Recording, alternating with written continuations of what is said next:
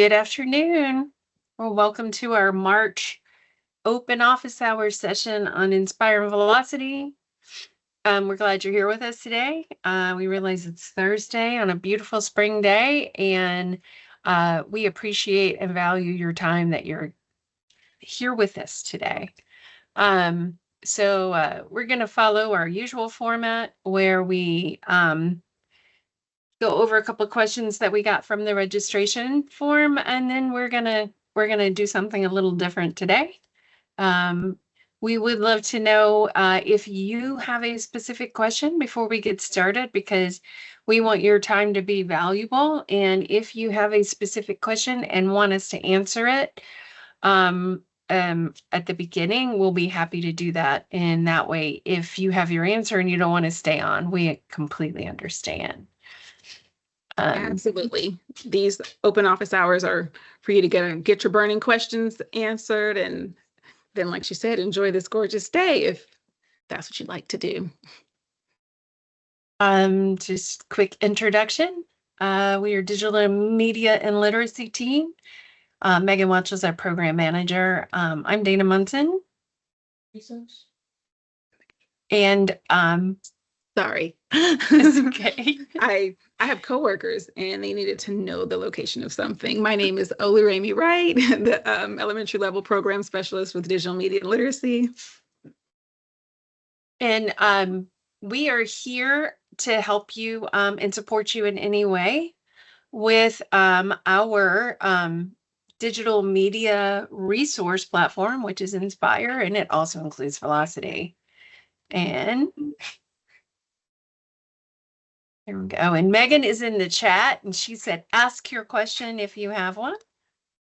And then we are joined by... I'm Angela Ingram, and I am the technology expert, I think, some days. I'm Knowledge and Interoperability Manager with Technology Services, and I maintain and develop the Suitcase and Inspire Velocity platforms. So tell me what you like, and most importantly, tell me what you don't and what you need, because those are the two things that help our platform grow and help make it what you want it to be. Just wondering, for the people that are here, is there anyone who's really, really new to Inspire?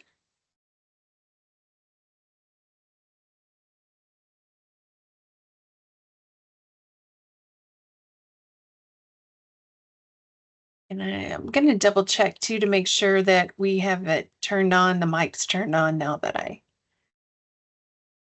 No, looks like we're good to go. So if anybody wants to come on or use the chat. And the other thing that I will say, sometimes we've noticed, I forgot to mention when we do these, that sometimes there's firewalls that prevent you from using the chat feature in a Teams webinar. So if that's the case, you can click on the top on the Q&A and you can drop your question in the Q&A. And that way, just in case if you are having any issues with that. And thank you so much, Lauren. That's awesome to hear.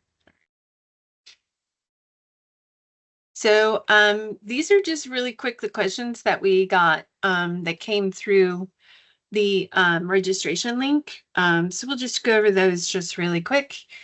How can I use Velocity in an ELA classroom? And I'm going to drop these links into the chat. Olu, do you want to talk? You want to talk about that part while I do the links? Absolutely. So, okay.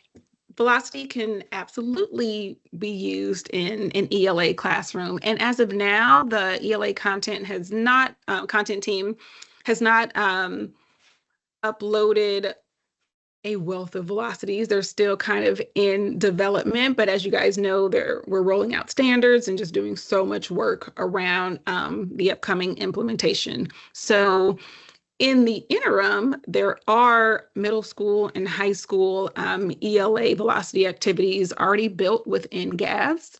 So definitely check out the resource repository and you'll see all of those. I think they're kind of orange or a deep orange squircle for Georgia Virtual Academy, and you'll see lots of choices there.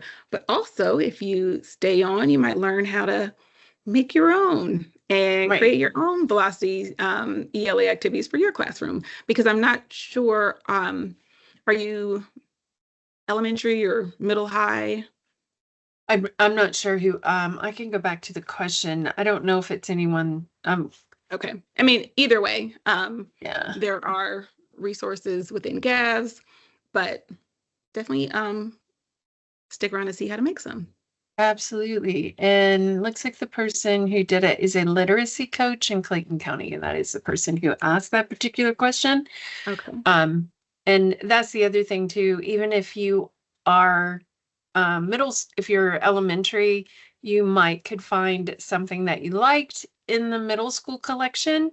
And you can always, when you are signed in through your student information system, actually signed into Inspire, you can edit that content. You can make a copy of this Georgia virtual content and edit it to meet the needs of your students. So, all right. This question came from actually someone from in GaDOE, but it was a good question. And they were interested in velocity activities. And so the question was ideas for integrating resources into lessons. And so this is just a quick 1 page that gives you a variety of examples from across our different content teams, so that you can kind of just get an idea of what they are across different content areas, especially if you're new to velocity. These velocity activities are kind of really good. These examples, it kind of help you just kind of get your feet wet. And I'm typing and hard to talk and type at the same time. But I'll drop these in. Dana, let me know link. what you need dropped in the chat. I can do that. I can be the chat person. Sorry, my brain is kind of foggy. Well, and then for me, is the person that asked this question, are they on by chance? Not sure. Okay. Well, I'm more saying out to the audience if if this is your question, only to because my brain works a certain kind of way that I find reads things differently to where I'm like, do you mean, I guess I want to be clear on like what resources do you want to integrate? Like what exactly were you, did you mean? Because I kind of read it that way too. Like the question might be how you take a velocity activity and integrate it into a lesson. It could be also that way, like if it could be a Spark activity, or it could be a check your learning, or it could be a exit ticket, all sorts of ways to use those velocity activities within the classroom. But I agree, Olu, that it could be different ways to interpret that. Yeah, or I was even thinking like some resource that they already have, but they want to make it into. Yeah, so I wasn't sure, but yeah. Yeah, and honestly, the only way to really understand how to use a velocity activity is to get in there and play around and just to see them. So, and we are going to do we're challenging ourselves today to do a 10-minute overview of Inspire, and then a 10-minute overview of Velocity. And then that way, if you want to just get an overview, we're going to see if we can do it in 10 minutes. So, awesome. All right. This is the last question that came in. What is the most efficient way to build a personal library of resources within Inspire for continued use and reference? And Olu, I know you said you wanted to talk about that one. Well, I was going to kind of have a whole separate breakout, but I've been challenged to do this in 10 minutes, and I can meet that challenge when we do start Inspire. But yes, I think that creating, like using my content collections as like your, Inspire, OneDrive, your Velocity, Google Drive, and within that you can make collections, and They can be for your reference. They can be for you to support your educators and support your teachers, support your colleagues by being like, hey, I've got everything we need for Unit 1 on create and compose shapes. Here you go. So that's it in a nutshell. That's a really good way to build up a library of resources. They can be your own. Obviously, within Inspire, you can add things to your collection. So, and you can organize it however you want. You can have as few as you want. But yeah, you do have to be signed in, and everything we are going over today requires that you are signed in, and it says, good morning, Dana. Good afternoon, Other Amy. So you want to make sure you see your name, and then you can do all the good stuff. All right. Okay. So,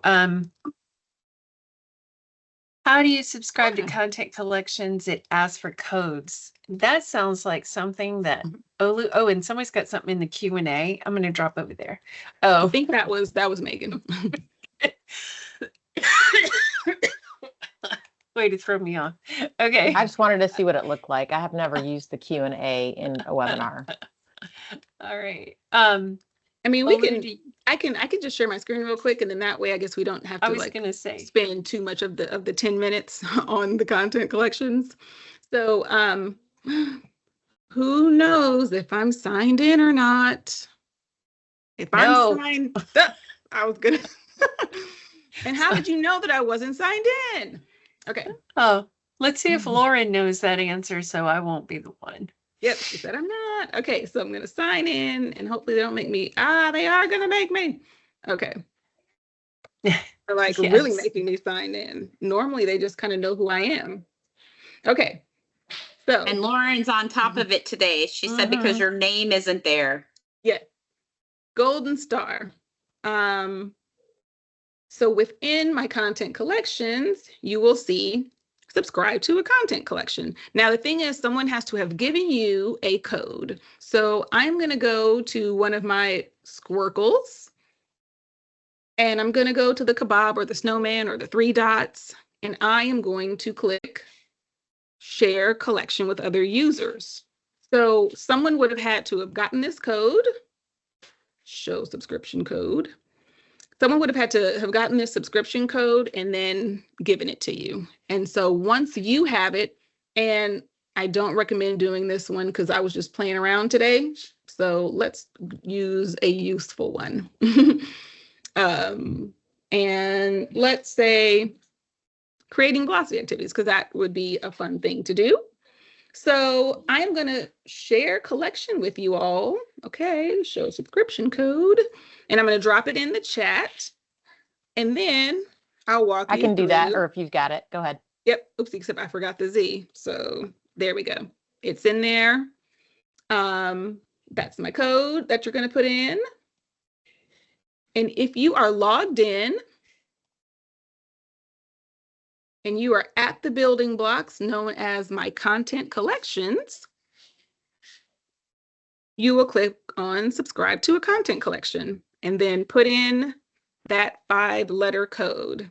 And if you would not mind giving a reaction when you have successfully done that, whether that's an applause or the party sign or a heart, it'll ask you, let's see, subscribe. Now, of course, I'm already on it, but is it not the C? It's the Z. You'll put it in, you'll say check code. Yay, Lauren's in. Lauren, you're really going for the gold stars today. Then it says, are you sure? And yes, I'm sure. And so that's how you subscribe to a collection. And if you, on your end, create this awesome collection that you're going to use for PL or to support your social studies teachers with plans and velocity activities and other resources and videos, and you want to share that subscription out, you will do what I just did, where you go to the 3 dots or the kebab or the snowman and get a code and share it with your educators. And then they'll need to do what you just did and subscribe and put in that code. So, okay, this is Lauren. I'm decided to unmute. My fingers aren't typing fast enough. So this is based on a collection that I have made. These aren't collections that GaDOE has made. Like it would be that I have created a collection and then I want to share it to my PLC.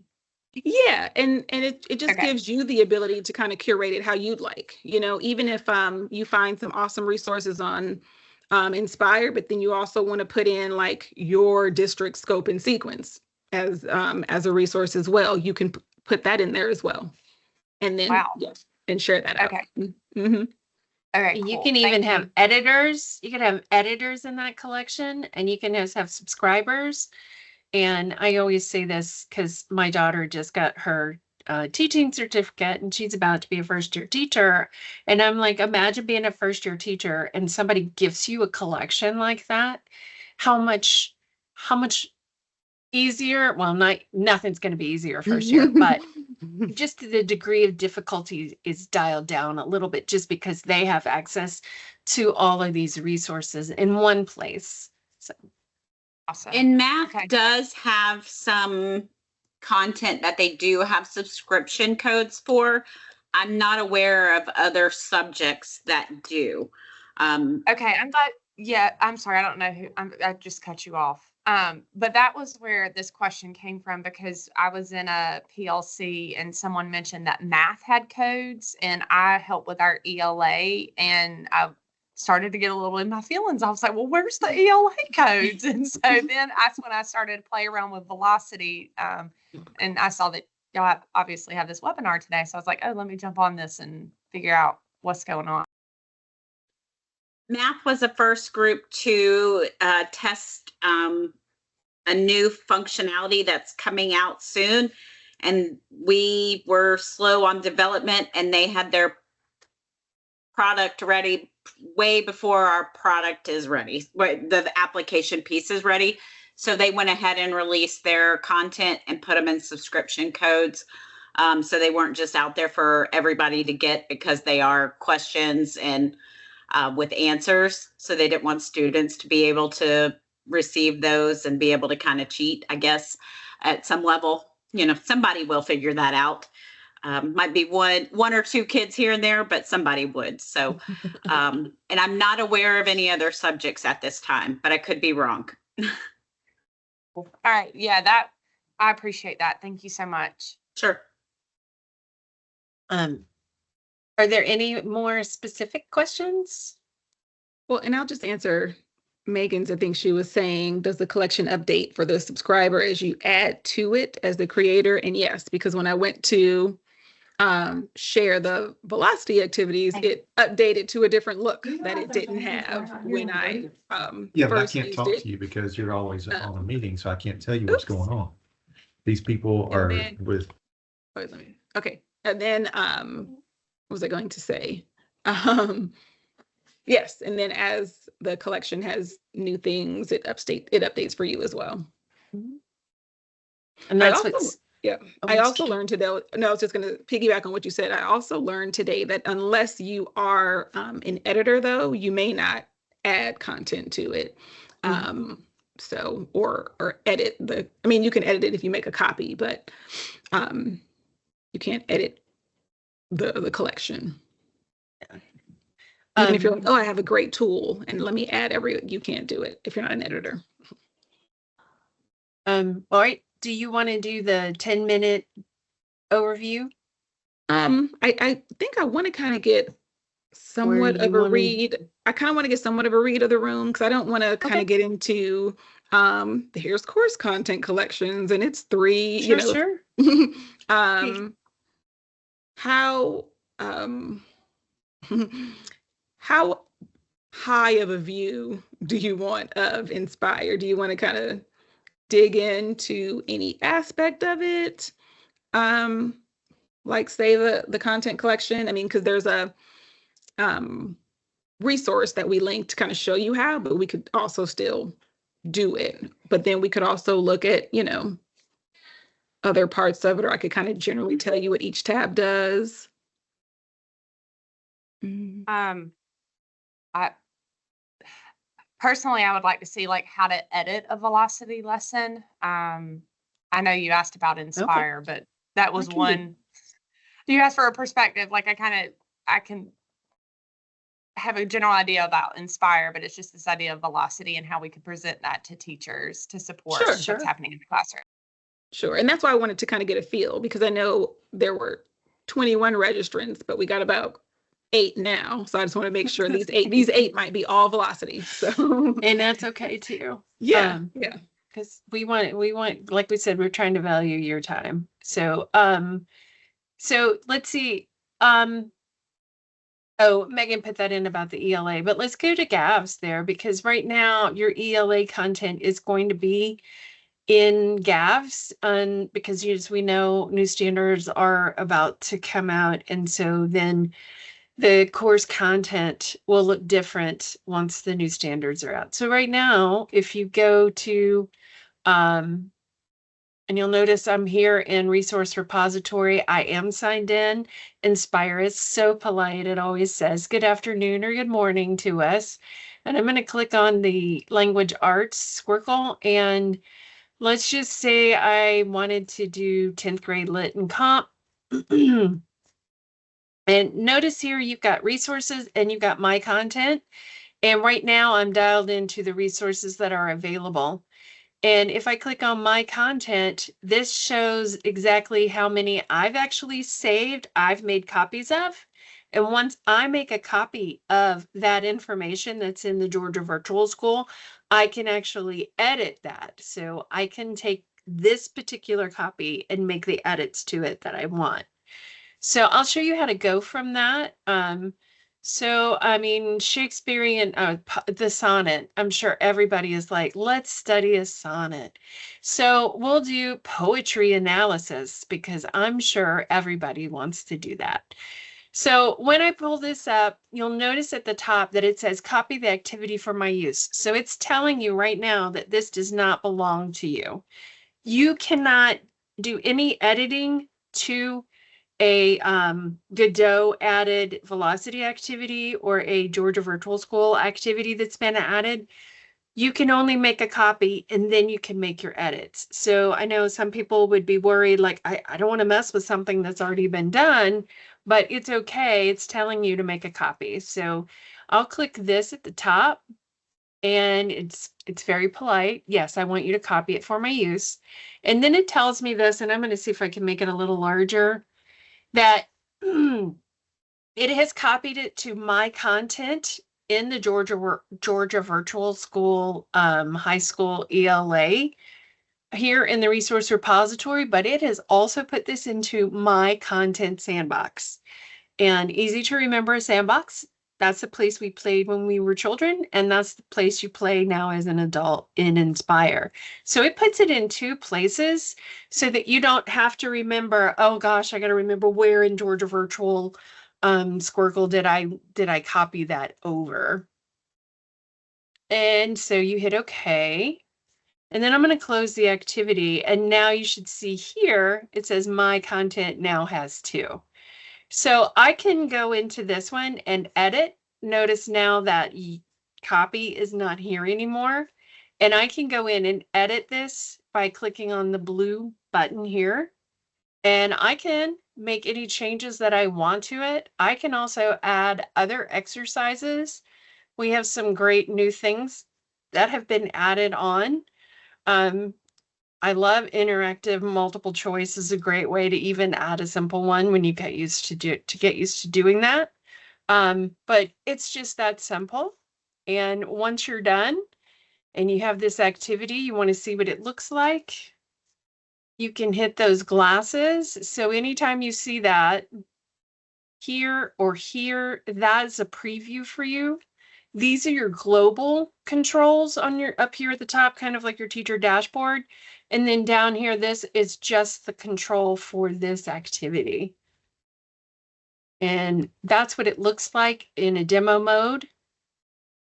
And this is the activity. I haven't done any changes to it, but it allows you to see it even after you do make those changes.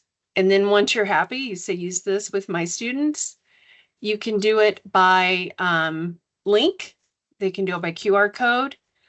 You can put it directly into Google Classroom if you have Google Classroom. It allows you to to assign the class, and you can go ahead and assign it. And then in the global controls, this is where when you have results, you'll see them here for the entire lesson.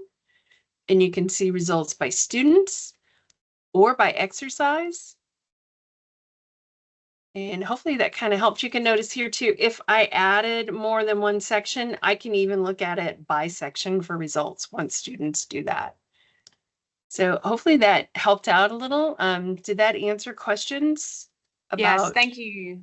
Yeah, that's exactly what I needed. Thank you so much. Oh, yeah. And Lauren, I just wanted to direct your attention to, like, now that you've got the creating velocity activities Squircle, you'll find kind of some guidance on how to do each interaction, because you can absolutely edit what's in there.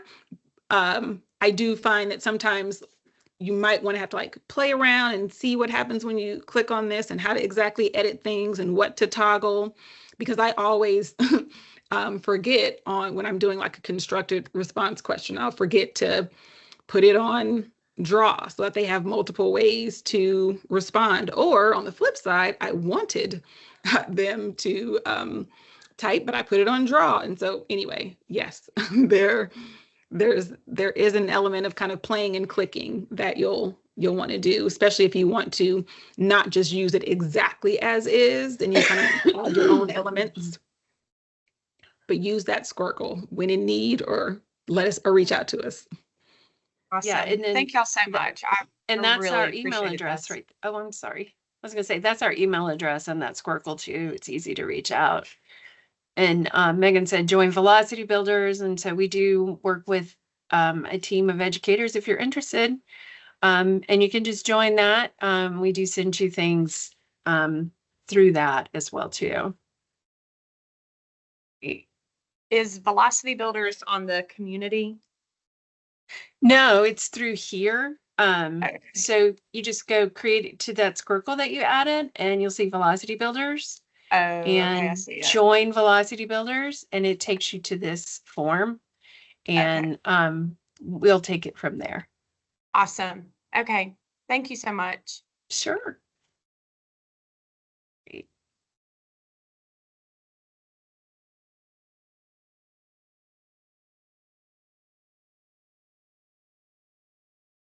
Is there any other specific questions that y'all might have?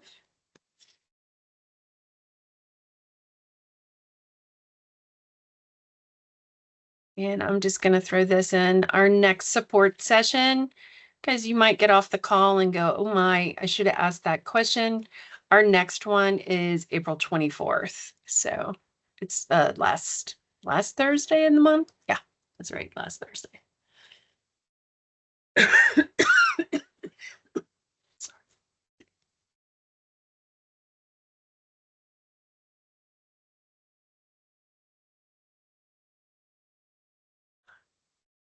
All right. It's 4:29. We can continue talking about different things, or if you have questions, we'll be glad to pull anything up for you and help you with anything in Inspire. Yep, we can look through some tabs, look through some Squircles, find specific resources maybe. So if anyone's got a question, a burning desire, drop it in the chat or turn your mic on.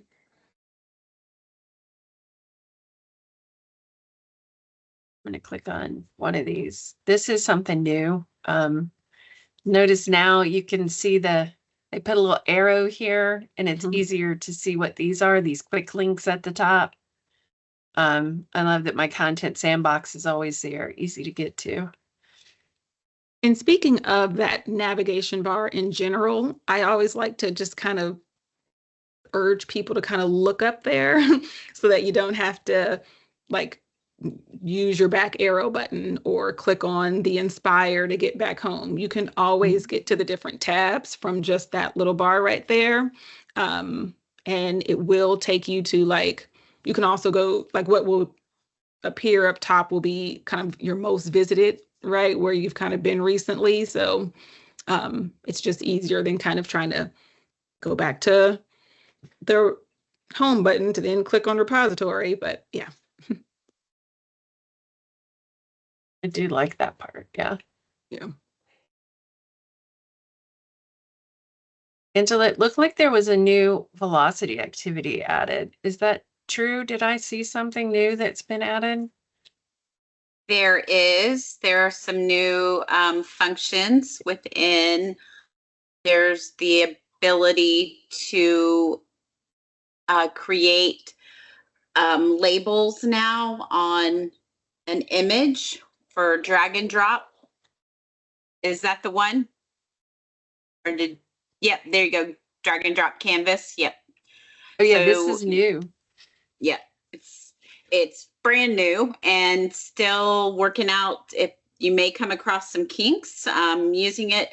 I found one this morning that was backwards when I was playing. So just let us know. But for the most part, you add an image and it will allow the student to, I have an example. Let me. Okay, I'll stop sharing. No worries. Exciting. Of course, right at that moment.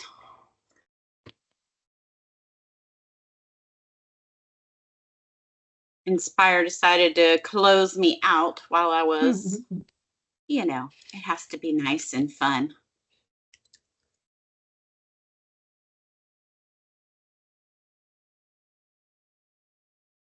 But it is really neat, I will say.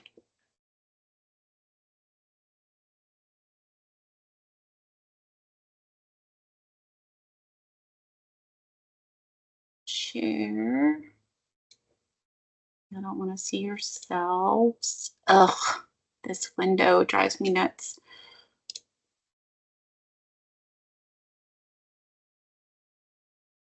Oops, I hit the annotation button while I was doing that, and now don't want to do that. I want to just make my screen bigger. So I'll show you this one as a student. I'm just previewing as a teacher.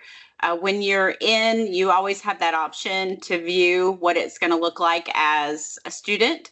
And so in this case, I have the words over here. So it looks a little different than it kind of shows up when you click on these. And so I'm going to drag them over here. And the student just adds them to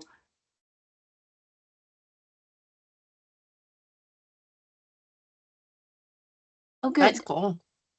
I just visited volcanoes last week. I missed the eruption though. And then this one, same thing. You just drag and drop. Yeah, for some reason these are covering. I don't know why. It doesn't like that answer.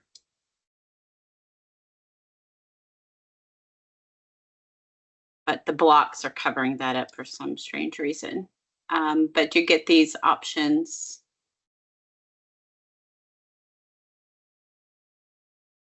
I can't even see what that is. Right?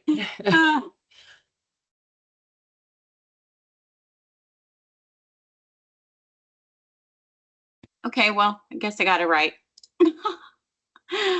I'm going to say animals versus scenery, which is a really bad answer. Landscapes. I should actually do more, but it's 4:30 in the afternoon. So hey, no, that's great. That's a really bad answer that I would not accept from students, but I just gave it for myself. So, but it's some really neat functionalities within here, other than that silly box that covers it when you try to do that as a student. But I love this, being able to do that. It's been requested for a while, so I'm glad that we're able to do that now. Awesome. Yep. So, Um, and it looks very similar as, you're editing as the multiple choice drag and drop, just has a few additions, and it is, you have to be a little more specific, and we're working on getting directions out for that. So, but it's there if you want to play with it. It's available and you can play. My Nice. K1 heart is happy. Yeah, I figured. That is really nice. Yeah. Oops, and I'll quit sharing. But yeah, we've got some good things coming. So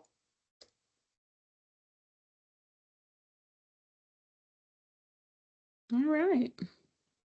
and because I'm sharing new things, I will share we are in the process of moving to full ClassLink integration, which should be this summer. So if you're a ClassLink district or you're not a ClassLink district, you'll have access through ClassLink to Inspire. Currently, you may see a button if you're a ClassLink district that says Inspire or Suitcase.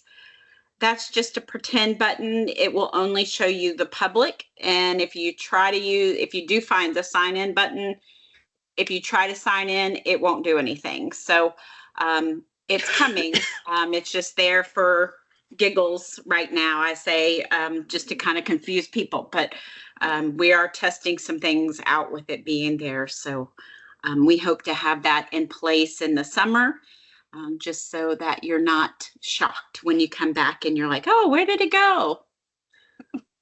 That's awesome. So, lots of new things coming. Yay. And Jessica, that's a did good you? reason to be a velocity builder, because we do send things out that way when we hear about them.